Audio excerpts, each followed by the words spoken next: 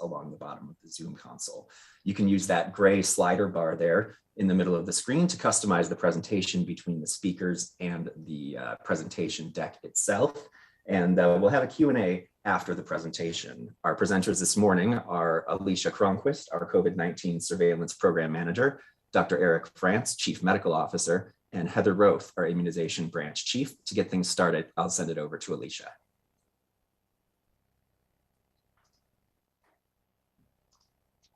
Good morning.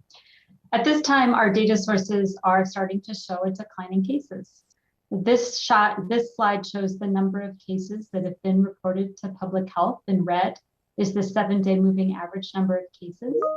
In gray are the daily reported case counts. And over to the right, you can see those counts are starting to decline. Currently, we're averaging about 1,800 cases reported per day. And our peak was on June 9th.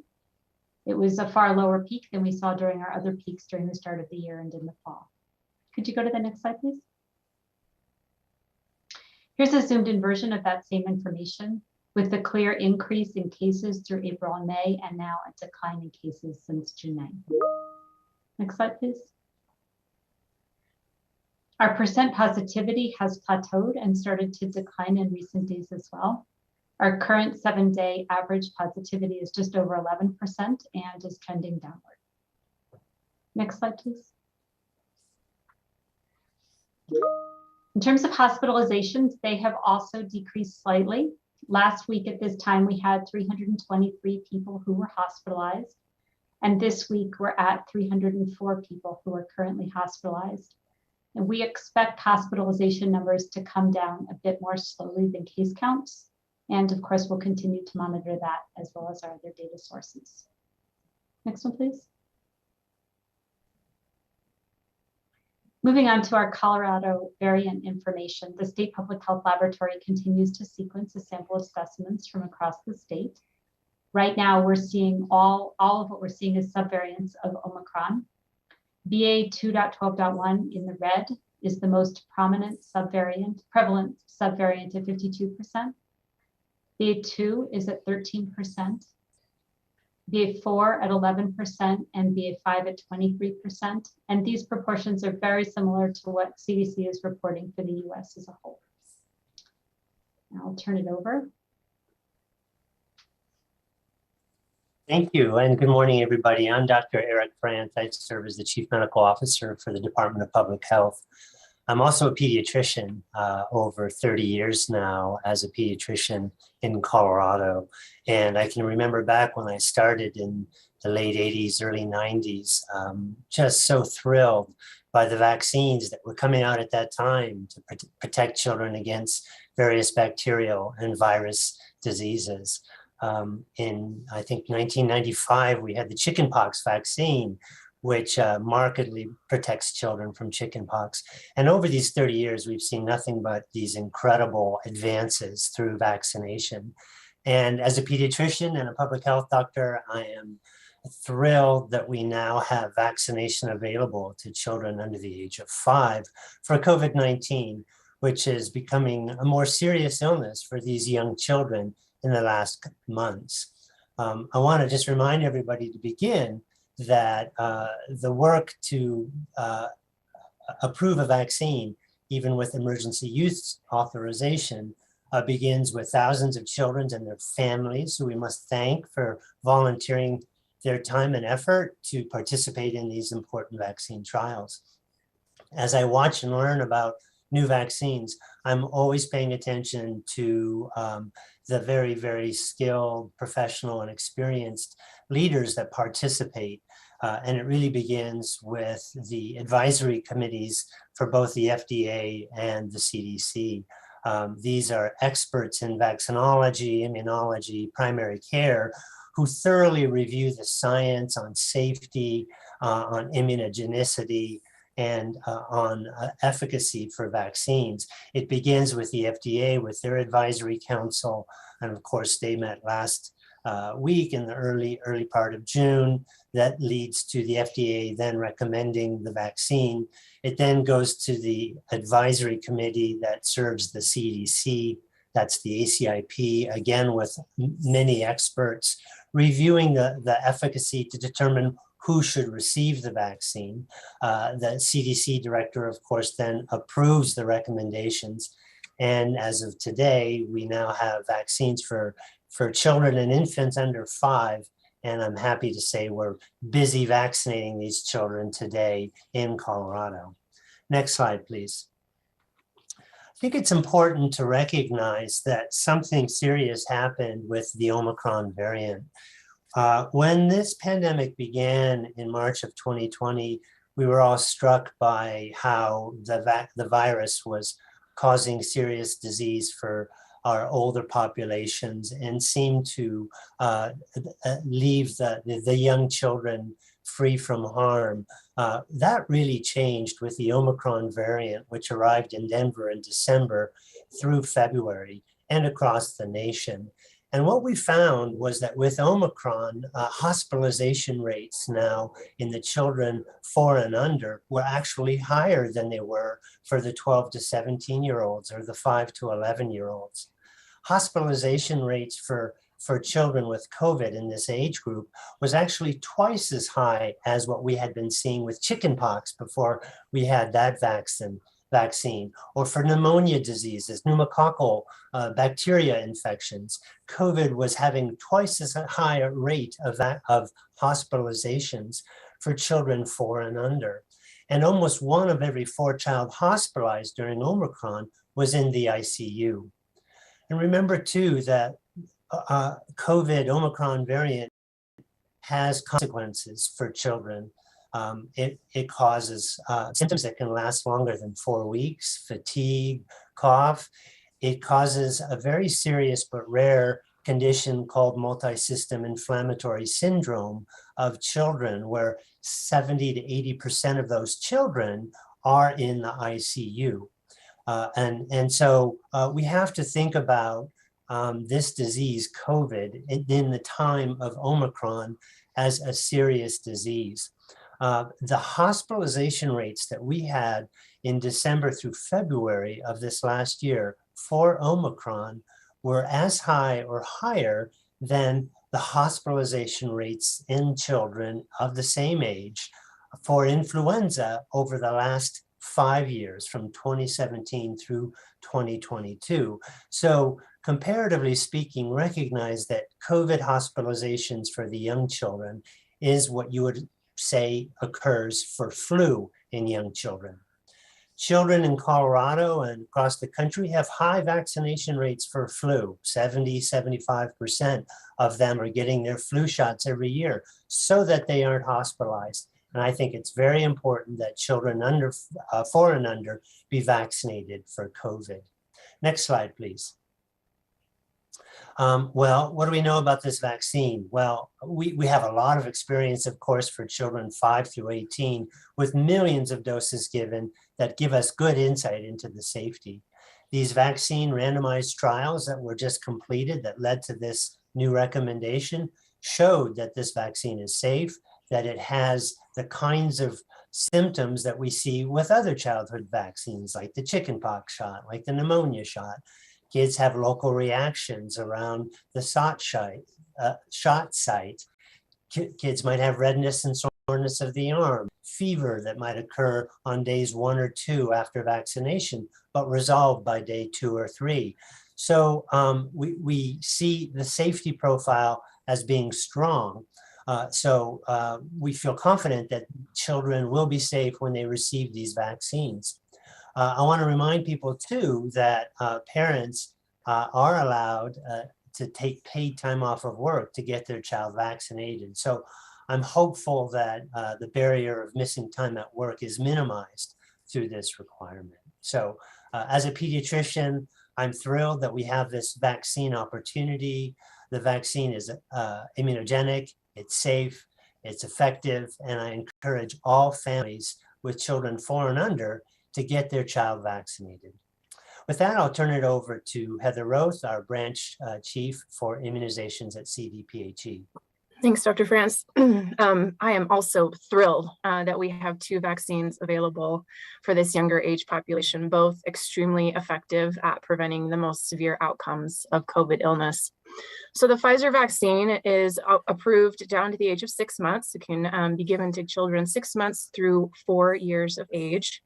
The Moderna vaccine is a little bit different in terms of upper age limit, but it can be given to children 6 months through 5 years of age. I think the big thing that families need to know is that these are multiple dose vaccine series, very similar to a lot of other routine childhood vaccines given, all the time to children of this age. So the Pfizer vaccine is a 3-dose primary series with at least 3 weeks between the first 2 doses, and then 8 weeks between the last 2 doses. The Moderna vaccine is a 2-dose primary series with at least 4 weeks between those 2 doses. And really encourage families to talk with their child's healthcare provider around the minimum interval between first and second doses. And like COVID vaccines for all other ages, it's going to take 2 weeks following that last primary series dose to build maximum protection. Now is the perfect time for families to get their youngest children vaccinated. We'll give them enough time to build a maximum protection before the fall and before they return to school or childcare after summer. Next slide, please. So we've been doing a lot of work, probably for the last 6 to 7 months to get to this point in terms of expanding our provider network and making it as easy as possible and as accessible as possible for families to find vaccines for young children across the state. We're really kind of leveraging our traditional partners in terms of pediatricians and family physicians, as well as community health centers and safety net clinics. But we're also able to leverage our mobile vaccine buses and actually come into communities in partnership with communities to offer the vaccine for this youngest age group. There are also pharmacies across the state that will be vaccinating this young age group. And then our department has partnered with Children's Hospital Colorado on recurring clinics. Yesterday was our first day of 3 clinics. We vaccinated, I think, a little over 900 kids, which is fantastic. We'll be running those clinics at 4 Children's Hospital locations across kind of the metro area. So that includes Anschutz, Colorado Springs, the North and the South campus, leveraging our CDPHE state vaccine buses. And those will run through August 8th. Next slide, please. We're also doing a lot in terms of reaching out to parents and guardians through multiple channels. So today we will start a statewide direct text and email campaign to parents of kids under 5, letting them know that vaccine is now available for their youngest aged children, and also providing resources in terms of where they can find a vaccine provider near them.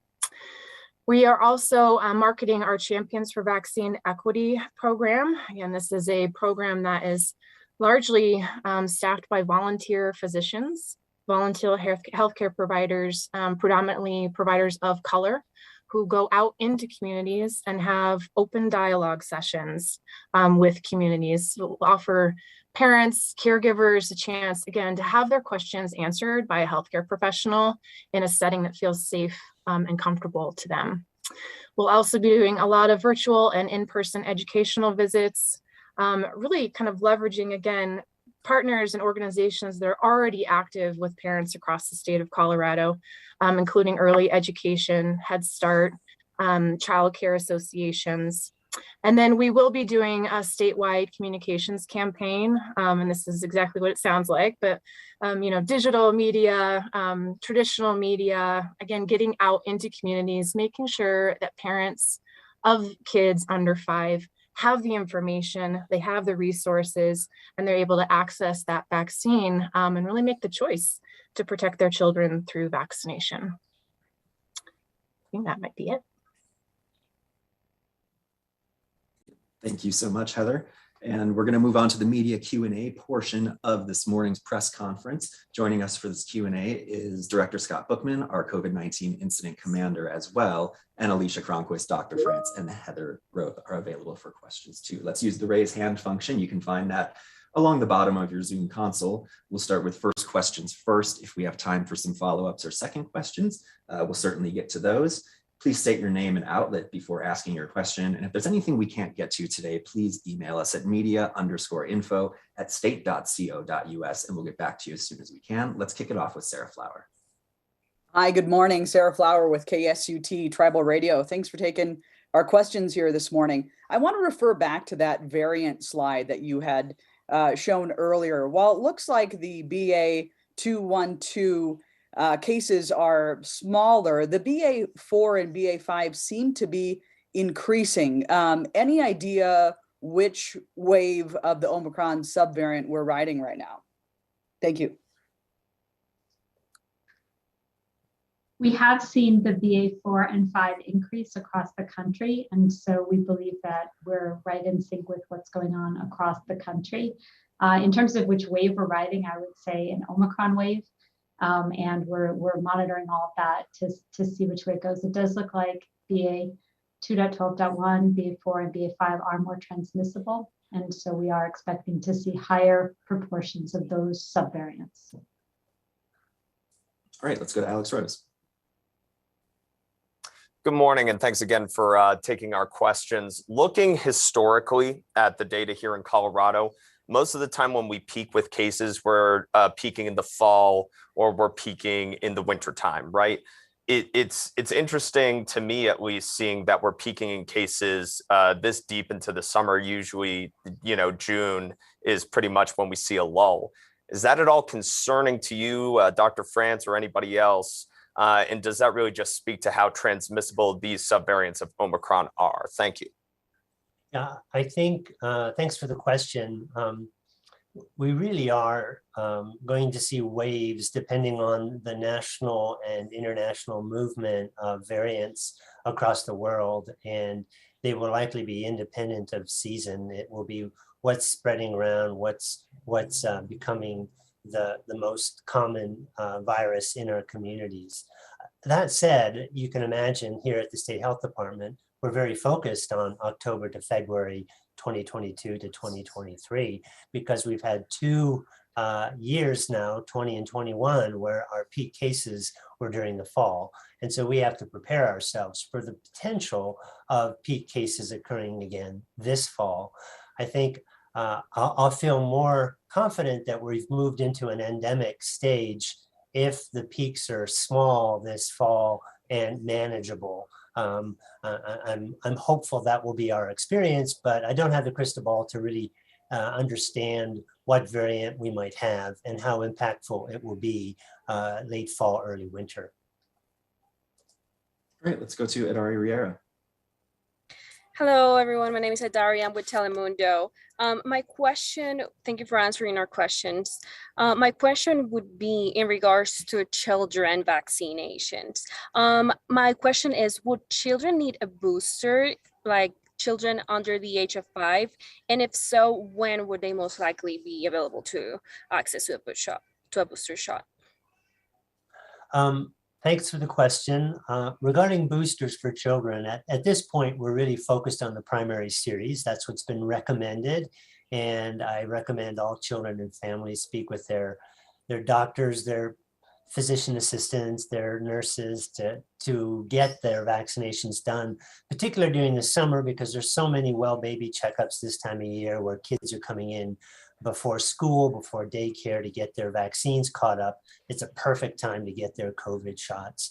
We'll wait to hear more from the FDA and the CDC about whether there will be a recommendation for a booster.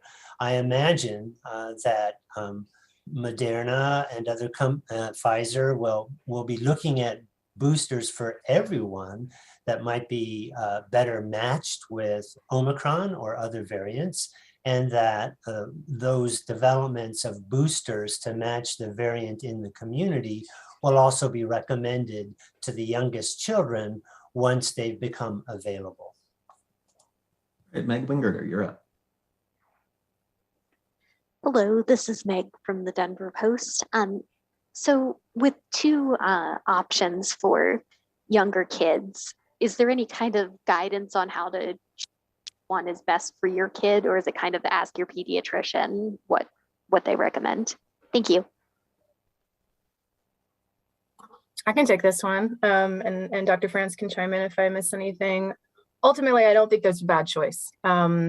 And I would encourage all parents to take the vaccine that's available to them and not, necessarily wait for a second option. Both Pfizer and Moderna, again, are extremely effective at preventing the most severe outcomes, keeping your kid out of the hospital, keeping your kid alive.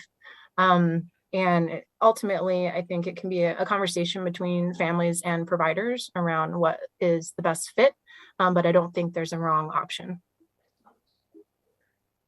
All right, John Daly. Hi, John Daly, CPR News. Thanks for taking our questions as always. I think there's a question for Dr. France.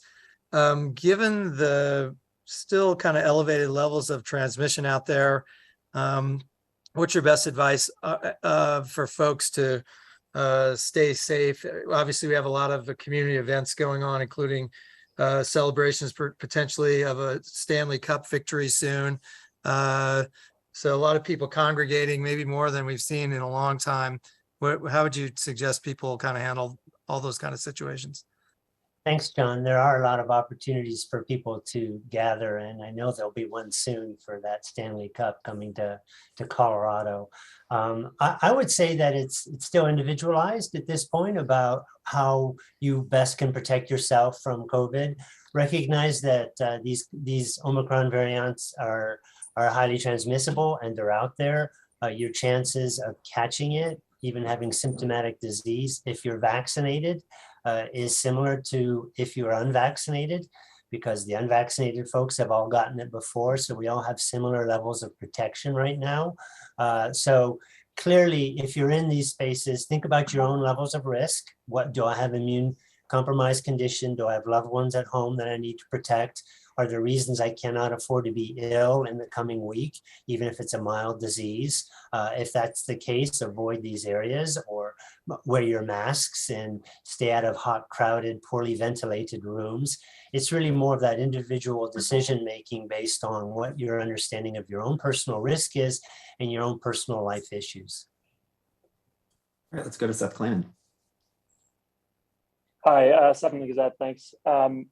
I know that this is asking a bit of crystal ball peering, so I apologize in advance. What's sort of your thinking on the COVID trends for the next several weeks? Do you think this is going to be a sustained decline? Will the increased prevalence of BAs 4 and 5 change this direction at all? And then after that, kind of heading into the fall, as Dr. France mentioned, what's CDPHE thinking or projecting? I can take that one. I do wish we had a crystal ball. What I can say is that right now we're seeing a decline in cases, and we've seen that in other states in the Northeast as well. And so we're hoping to follow in their path, and we'll keep monitoring to see what else comes our way. But we are hoping, at least for the next 2 weeks, to see a sustained decline in cases and hopefully hospitalizations following. Let's go to Rob Dawson.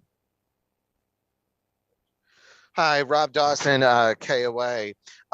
Just a question, is there a strain on pediatric hospitals or pediatric offices with the COVID caseload in children ages 0 to 4 right now? I have not heard that there's any strain in hospitalization caseload at Children's Hospital at this time. All right, do we have any other first questions?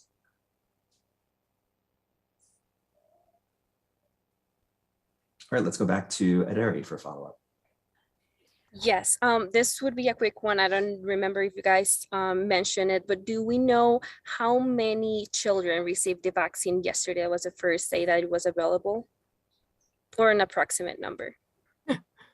Sure, I actually do have that number. So as of 8 o'clock this morning, 381 doses have been reported to our immunization information system, having been given to this younger age population. I imagine the number is actually quite a bit higher than that. Thank you.